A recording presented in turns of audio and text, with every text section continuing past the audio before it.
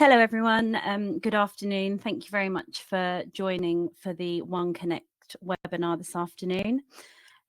Today we're going to be looking at the NetSuite 2025.1 new release. Today, so there'll be myself on the session. I'm Emma Barnard. I'm one of the key account managers at BlueBridge One. Shortly I'll hand over to Iain Murray, who will be going through all the highlights from the new release today. So just before we start, I'll just whiz through the agenda quickly. So we're going to take some time just to talk to you about how BlueBridge One approaches the new releases. And then Iain will go through some of the highlights and what to watch out for. And then it'll be back over to me for a few slides just to go through the NetSuite new user types. Lovely. So before we start, I'd just like you to take a few moments to read the safe harbor statement, please. Lovely. So before I hand over to Iain, I just want to take a moment to talk to you guys about the BlueBridge One Centre of Excellence team. So this is a dedicated team that we've got at BlueBridge, made up of senior consultants. And really the purpose of this initiative is to use the expertise of our senior team, who really are passionate about finding the best solutions for our clients. Each of these consultants have a dedicated area that they specialize in, and we run focus sessions within the business that really allow us to share ideas and innovations dedicated around these particular areas, and therefore allowing us to then bring those to our customers. And obviously we've got Iain running the session today, and as you can see, he heads up our TourTech area. So I just wanted to highlight that before I hand over. So that's enough from me. I'll hand over to Iain to run you guys through the NetSuite new release and the highlights. Thank you. Okay, thanks. So before we get into the details of the highlights, I'll just quickly whiz through these slides because a lot of you might already be familiar with the upgrade process.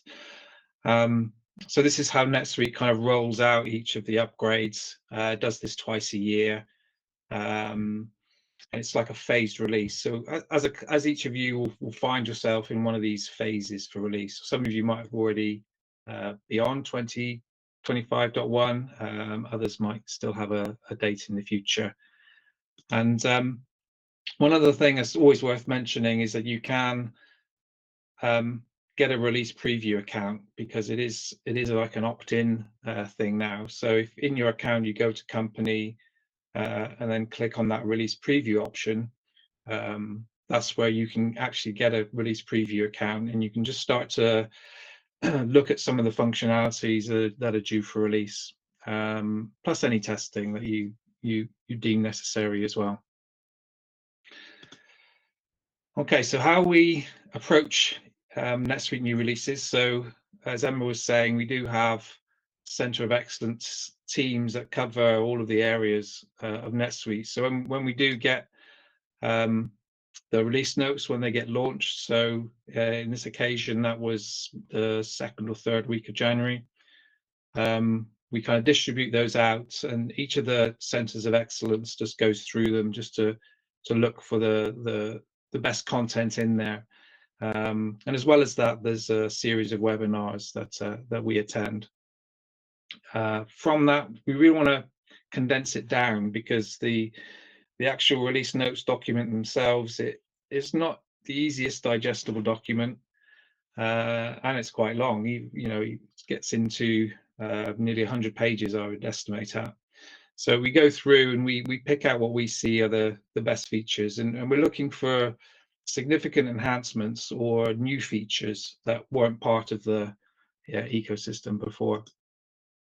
And to make that digestible in this forum and in internal forums, we kind of give them a priority scoring, which is on this next slide. So where we feel it is a significant change, we score it 5, a useful improvement 4, and then kind of a so-so or one to watch, we give that 3. And you'll see that on the slides as I go through them. you'll see that scored appropriately. So this just explains what that scoring is.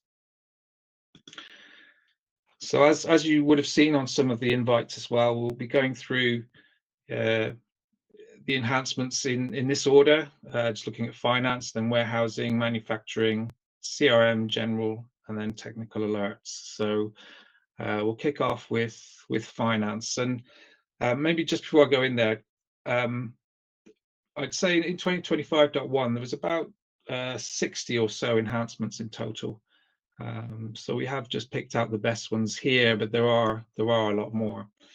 And that's possibly relevant for finance because there were no real big changes in finance in this release.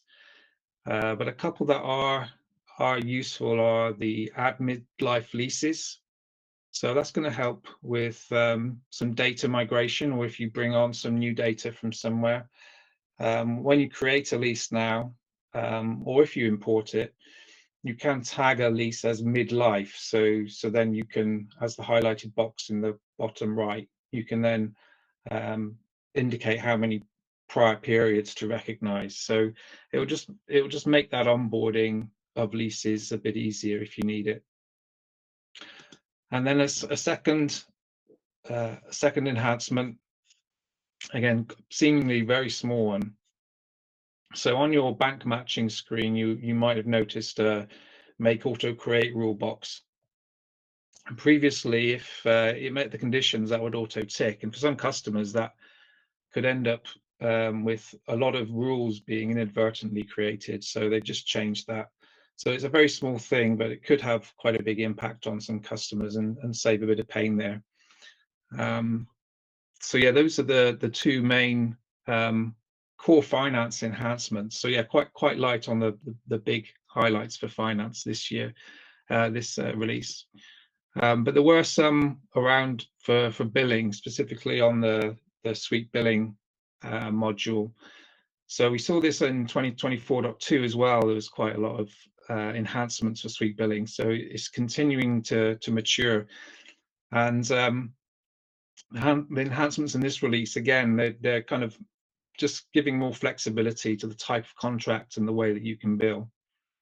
And this first one is about accumulated rating, charge price, usage periods, which really means that if you have like a usage part of your contract, like I've highlighted at the bottom there, it's quite small, but the key thing is you could charge and price it differently. So for example, you could have an annual contract for usage, but charge it on a monthly basis, whereas before those two things went hand in hand. So it will just give more contract options, basically, in terms of how you want to price and charge for a particular contract.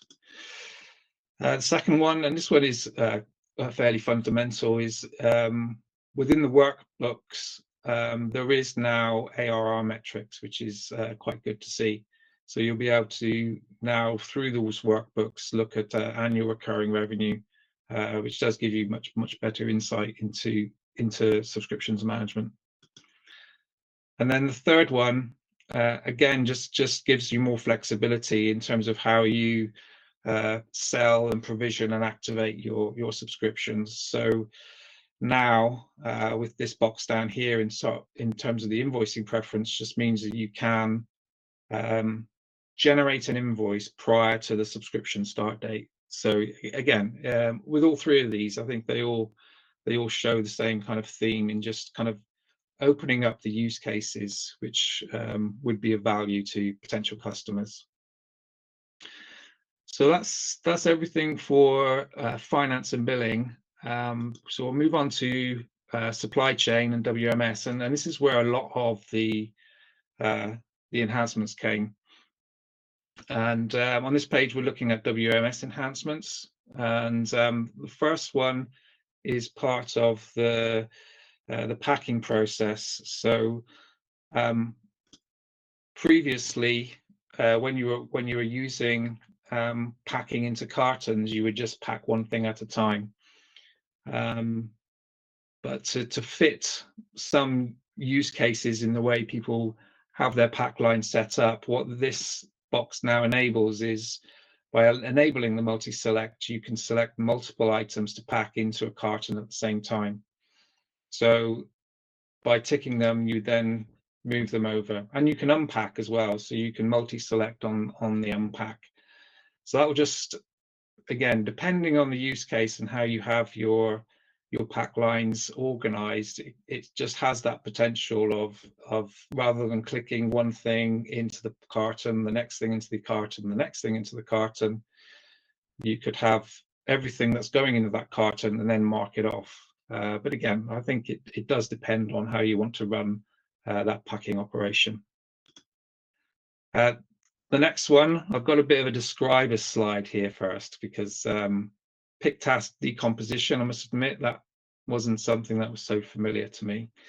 What it means, and the effect is easy to understand, is that it will speed up, it will optimize pick units essentially.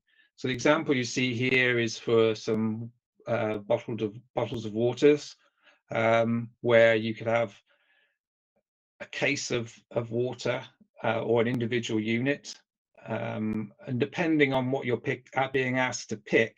So let's say a case of water is 10 units and an individual, of course, is 1 unit. So if your wave pick task was to pick 111 units, rather than picking 111 individual units on your pick task, it would tell you to pick 11 cases and 1 unit. And that's what the pick task decomposition is all about. So above that, you could even have a pallet of water bottles, which is 100 water bottles. So instead of doing what it says here, you could pick 1 pallet and 1 each. So it just gives the clarity to the picker that rather than just giving them a total quantity, it can give them other units of measure so that they can pick a tray or whatever it might be. So that will really help with some of those tasks. And just to show you how that's set up, you set it against the item. So you'll say on an item what the relevant units for pick decomposition are. So it's not that this will open up the floodgates for everything. You can set them against the item. And then once they're set against the item, then on your pick task, and this is that second example I was talking about, it will tell you pick 1 pallet, pick 1 case, pick 1 each. So it just makes it very clear what a picker can do when picking large quantities. This last one, I suppose, again, this one would only be relevant in certain use cases, but it still could solve a lot of confusion and pain. So there's an option now where you can choose not to update quantities on release lines. So that's where you might have a released task, and then there's a change to the transaction. Do you want that to update the task, or do you not want it to update the task? So it just gives some flexibility there. It would be some use cases so they can understand what's going to happen. Okay, then one more around the WMS side was the partial pick reversal. So again, this will just save time, because previously, if you picked quantity 5 and you wanted to reverse out, maybe one of them was damaged after you picked it, you'd have to unpick all 5. Whereas now you can do just the quantity. So on the handheld, you would see the quantity to reverse that you want to unpick. And if this was a serialized item, then you would actually select the serial numbers you want to unpick as well. So it just gives a bit more flexibility if you are in an occasion where you're having to undo a pick, which is useful. And as I said, this was just some of the highlights around some of the supply chains. There are other things that are related to the WMS side as well. So there's been some replenishment improvements where you can do the replenishments from the cart as well as printing. You can select units for tally scan on receipt, carton reuse, And there's some configuration capabilities behind the scenes that you can make use of as well. So yeah, this area did get a lot of enhancements on this release. So then on to manufacturing. The big one with manufacturing was this new delay types on routing tasks. So this is with the whip and routing manufacturing. So this is if rather than just doing a work order and an assembly build, this is where you'd have work in progress. This is where for a single work order you might have multiple operations. That's where this comes in. But with those multiple operations in a manufacturing business, you know, they might not always just be sequential. They might not always be complete task A and then move on to task B, and don't move on to task B until task A is finished. Now there are a lot more relationships in terms of how you can define a lag in the relationship between the first and the subsequent task. So those will just be very useful in terms of planning and also just in terms of optimization. If you're using these tasks to initiate people to do things on the floor, then this will just make it a lot clearer when those tasks can start. So that's quite a good improvement. And then secondly, the bin selection for component issues. So this just more opens up some flexibility more than anything. Previously, you set a kind of a preferred bin for kind of issuing components, whereas now you have the option to enable a preference where you can make it possible to pick from any bins, which is what you see there, the show all bins option there.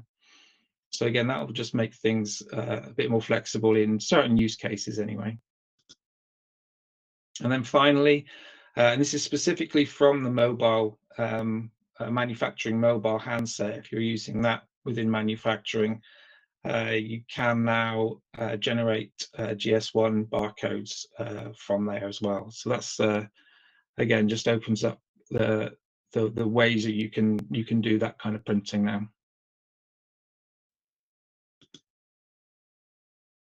Okay, so now on to CRM, and this one was on this slide deck for 2024.2 as well.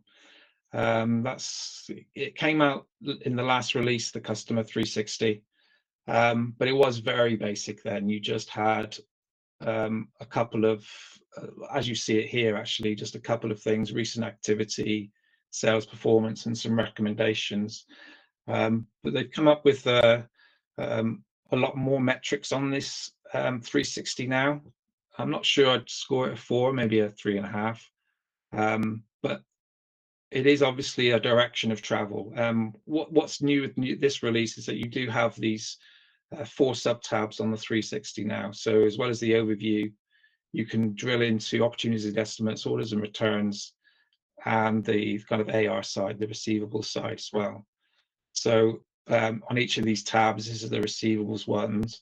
You can just see different data around credit remaining, open invoices, open returns, open orders, that kind of thing.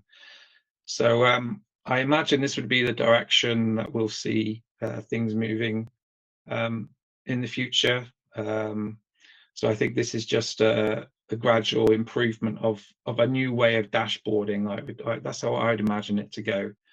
It would be good if you could customize the elements on here. At the moment, they're quite rigid, but I can see why they've done that. They would just want to prove out the visual aspects before opening that up, I imagine. But it's good to see it because it's a lot more digestible, and the UI just looks a little bit neater as well. So one to watch, but even as it stands, it might be a bit more useful now. Okay, then on to some general enhancements. And I suppose within BlueBridge, we were quite excited by these because they solve a lot of problems for us, the receipts and fulfillments especially. So up to now, you know, almost all transactions, all records in NetSuite, you can import into NetSuite. So a lot of you might be familiar with this this screen of how you kind of import data into NetSuite. But receipts and fulfillments were never on that list. Neither were bin transfers, but particularly receipts and fulfillments are one that's quite common to want to have. And the reason for that is it is a bit more complicated because it relates to another transaction, a purchase order or a sales order. So I understand why they're a bit later. But having them available now just gives you some really useful tools, both for migrations, any migrations you need to do, but also kind of problem solving or troubleshooting. There are times when you've got a load of received purchases or shipped sales orders on the system, and maybe you want to update something on them, but there's 100 of them. At least this will now be a process you can use to do that. Equally, if you have a scenario where you don't have a user way of entering some receipts or fulfillments, and they come from another source that's not integrated, things like that, this again could open up those use cases to enable that. So it's a big old 5 from us from that perspective, but I'd admit a bit biased, because for us we just see the potential in terms of troubleshooting for this more than anything. And I don't want to leave bin transfers out, because that's a significant one too, but out of the 3, definitely receipts and fulfillments are the big ones that are really going to help. Okay, and then on to the next one. This is quite a small one, but again might save a bit of headache from an administration perspective. So the ability to schedule reports and have them emailed out, that's not new. And setting up groups of NetSuite users has been around, but when you set up a group, you would set up a group email, and then it would be that group email that would receive the scheduled report.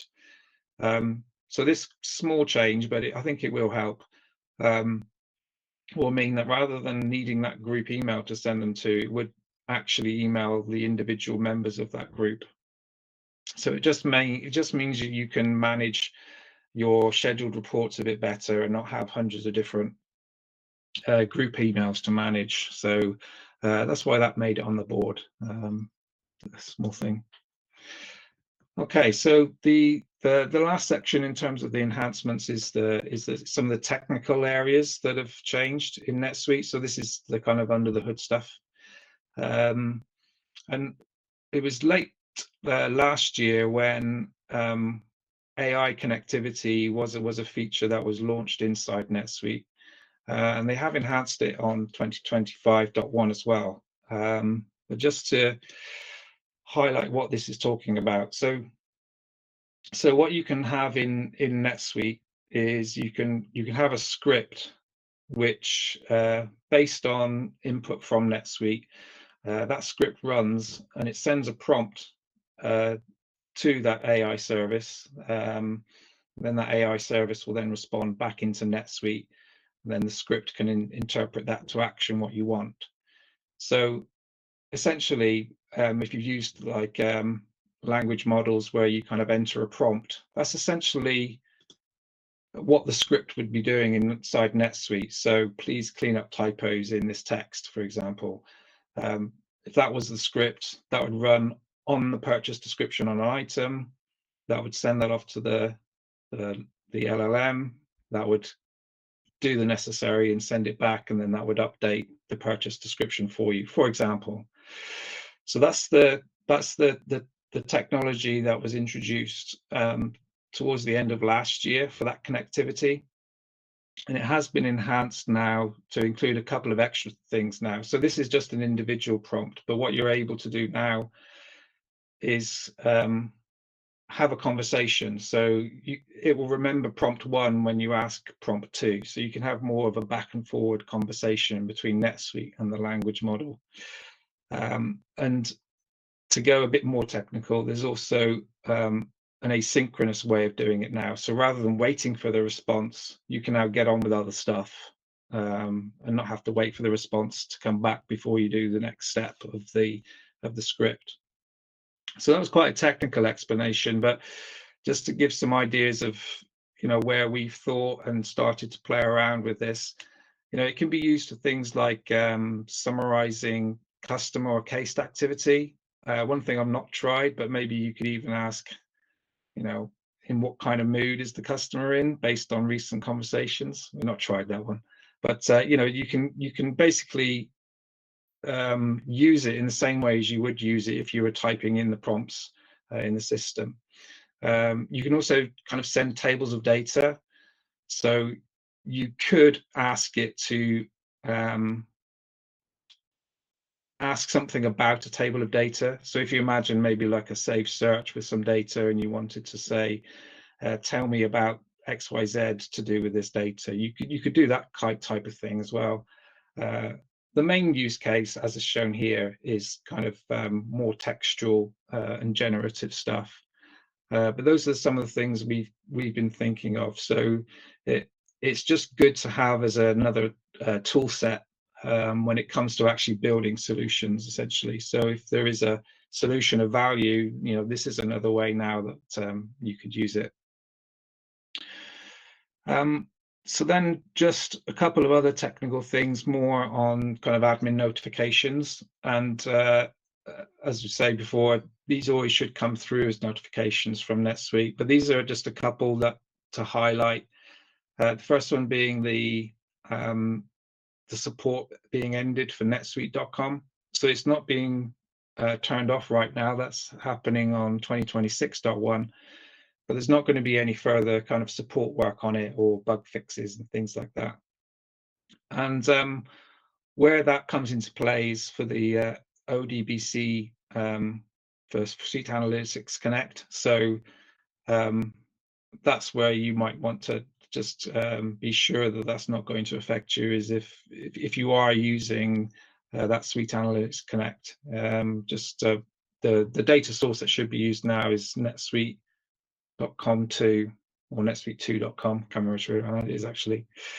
The second one is is another one that if this one was affecting you, the removal of the JS library, that would be something that you would have seen a banner pop up. So if any of your scripts were using this, you would have seen, I think for a while now, you would have seen a banner popping up alerting you that it was using this particular library, and so it would require changes. So like I say, on both of those notices should have gone out, or you would have seen the banners on those. So that's everything from 2025.1. Just to wrap up, because there were a few Suite apps announced in some of the publications around 2025.1.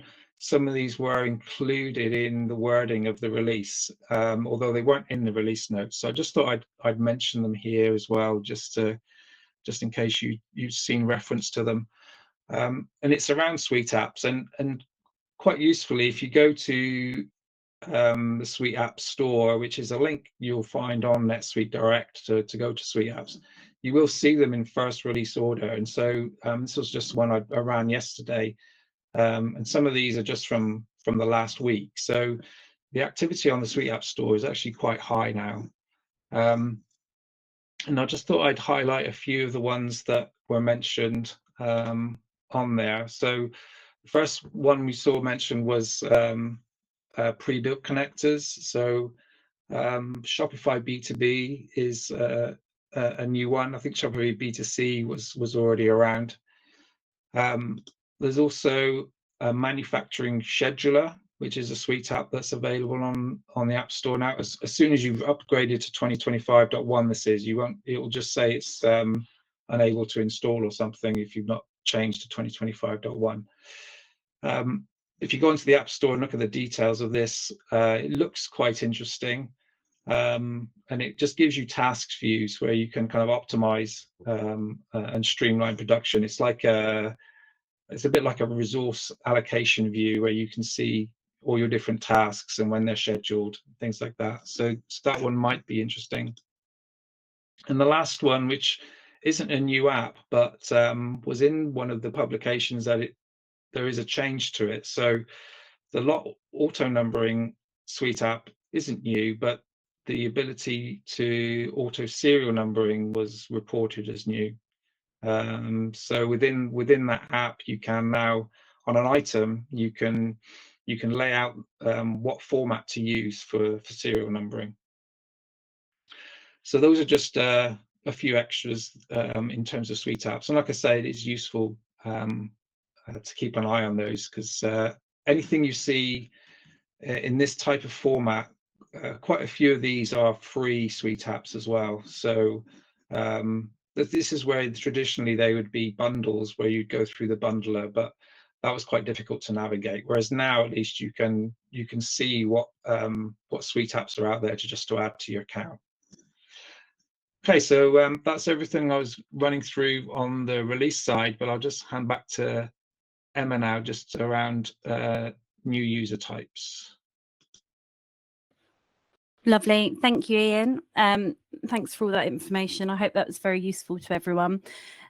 Just before we finish the session today, I just want to run through some of the NetSuite new user types. So these were released at the back end of last year, so you may be familiar with them. I did go through them on our last new release webinar as well, but I just want to make sure that everybody's aware of them and kind of what the best use cases would be for these new user types. So historically, NetSuite has had really two main users that our customers have been using and having their account, and that's the full users and the employee center users. But the back end of last year, NetSuite released these three new user types. So you've got the NetSuite CRM user, which is ideal for your sales teams, your support and marketing reps. So you see, we've just got on the slide here the ideal kind of use cases for these users around accessing customer information and viewing quotes and pricing, along with customer interaction logs as well. The next one is the NetSuite WMS user. So that kind of says what it does on the tin. It's ideal for anyone needing to use the warehouse functionality. So whether that's receiving store items and pick, pack and ship. So on the CRM user and the WMS user, these are sold as single users, but they are at a reduced cost to the full user, at around 80% of a full user license. And there's also on here the new view and approve user role. So these are ideal for anyone needing to review and approve anything within NetSuite, so and view reports, access dashboards and save searches for approvals. And these are sold in packs of 5, similar to the employee center users, and they're also at that 80% of the full user cost price. Now, one thing I think is really important about these, and some of you may be going through conversations at the moment with NetSuite around needing to upgrade tiers, but these user types do not count towards your user limit. So if you are on standard tier and you're coming close to your user limit and needing to upgrade to premium tier, these users do not count towards that. Similar to if you were on Suite Success Standard, so you've got a 30 user limit, they do not count towards that either. So that will not push you over into that needing to upgrade to Suite Success Premium. So that's something just to bear in mind when you're looking at additional users, and where potentially you could be accessing more of NetSuite by bringing on these users that won't impact your tiering and are at a slightly lower cost as well. Thanks, Iain. So just before we close out for the session, I guess the key takeaways. There are a few smaller enhancements, I think, in this release in comparison to the last release, but all very beneficial at the same time. And hopefully we've been able to kind of highlight those and see where, you know, you could take these back into the business. So just to touch on a few of these, I think that boosted WMS efficiency. There's obviously a few enhancements there which will be speeding up warehouse operations and ultimately saving time. I think one we'll be seeing coming through a lot more as we go through the next couple of years is obviously around the AI piece and the introduction of AI and those connectivity tools. Another one which obviously comes up in most of the new releases, I think, is just around that focus on automation. And Iain touched on it, obviously, with the simplifying data migration for the leased assets, receipts and fulfillments. One I just want to highlight as well is just around SuiteBilling. I think there's a lot of excuse me, there's a lot of improvement, and the NetSuite are obviously spending a lot of time on SuiteBilling, and hopefully that's going to make it more accessible to a lot more customers over the coming months and years. And obviously I've highlighted around the new NetSuite user types. Thanks, Iain. So just before we close out today, obviously, if you do have any questions, please do feel free to reach out to myself or Esther if she is your account manager. We'll always be happy to jump on a call. As Iain mentioned earlier on in the session, this is just a fraction of, of what's come out in those new release notes. So if you've reviewed them yourself, if there's any particular areas where you want to maybe have a deeper dive with someone from the team, please do feel free to reach out. We will always happily accommodate a session to go through anything and to answer any of your questions.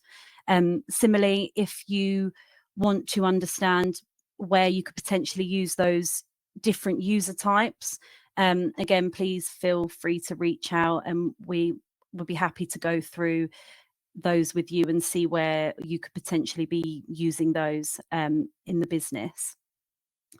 Thanks, Iain.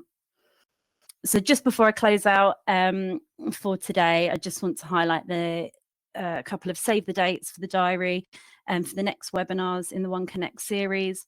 So the next two are going to be CRM based webinars hosted by the lovely Hendrik, who's on the call today and hopefully was answering some of your questions.